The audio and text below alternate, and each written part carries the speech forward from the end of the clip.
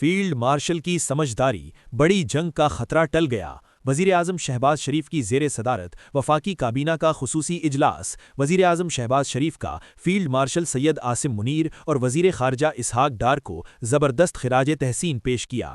وزیر اعظم کا امریکہ ایران مذاکرات کو منطقی انجام تک پہنچانے کے لیے کردار جاری رکھنے کا عزیم۔ اجلاس میں کابینہ اراکین کو حالیہ مذاکرات، خطے کی صورتحال اور پاکستان کی سفارتی کوششوں سے آگاہ کیا گیا۔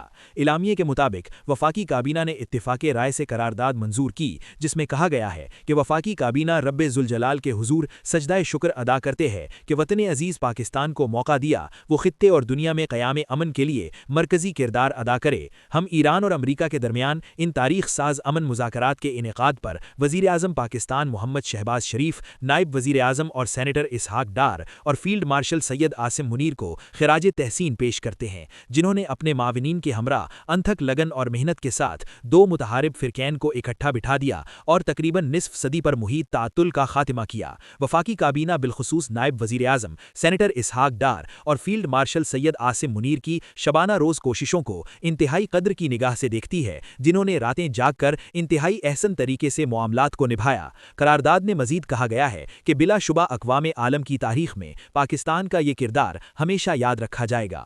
اجلاس میں وزیر اعظم شہباز شریف نے کہا کہ فیلڈ مارشل سید عاصم منیر کی فہم و فراست سے عارضی جنگ بندی ہوئی ہے، ان کا کردار سنہری حروف میں یاد رکھا جائے گا۔ انہوں نے کہا کہ میں یہاں پر اسحاق ڈار اور خاص طور پر فیلڈ مارشل سید عاصم منیر اور ان کی ٹیم کو دل کی اتھاہ گہرائیوں سے نہ صرف شاباش دیتا ہوں بلکہ اپنی طرف سے اور قوم کی طرف سے ان کو خراج تحسین پیش کرتا ہوں۔